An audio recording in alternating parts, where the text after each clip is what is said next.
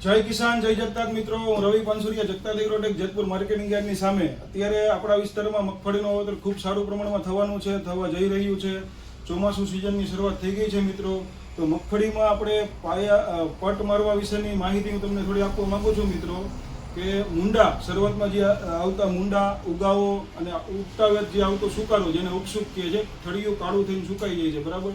તો સૌપ્રથમ આપણે મુંડા અને રોગજીવાત વિશે વાત કરીએ કે એમાં કયો પટ મારવો.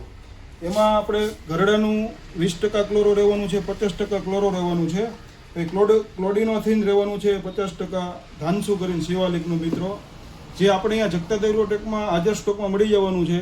ટીસીપી રહેવાનું છે મેનકાઇન્ડનું, પીસીટી રહેવાનું છે જીએસપીનું. પછી આપણે એફએસની વાત કરીએ, જે લાલ રગડો મિત્રો આવે, ખેડૂતની ભાષામાં હોય કે લાલ રગડો આપો, તો એમાં આદામાનું તાલિયા રહેવાનું છે મિત્રો, આઈઆઈએલનું ભીમા રહેવાનું છે, કેલમાઇનનું અલંટા રહેવાનું છે, અને બીજું 40+40 ઇમિડા ફિપ્રોનિલ એ રહેવાનું છે. બાયરનું લેસન્ટા, કેડીએમનું એડિશન, પોલીકેપ, કેલમાઇનનું. આ મિત્રો વાત થઈ રોગ જીવાતની, કે શરૂઆતમાં આવતો મુંડો, મચ્છી એનામાં કામ કરે છે. હવે વાત કરીએ આપણે ફંગીસાઇડની.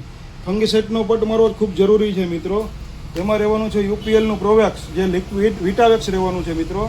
પછી કેલમાઇનનું એઝોકેલ, જે રહેવાનું છે એજોસ્ટોબિન ને ક્લોરોથેરોનિલ.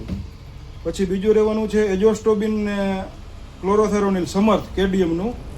પછી રહેવાનું છે બાયરનું એવરગોલ, બીએસએફનું સિસ્ટીવા. એ પાવડર ફોર્મમાં વાત કરીએ મિત્રો, તો સુમિટોમોનું સ્ટારલેટ રહેવાનું છે મિત્રો. પછી ગરડાનું સિપાઈ રહેવાનું છે મિત્રો.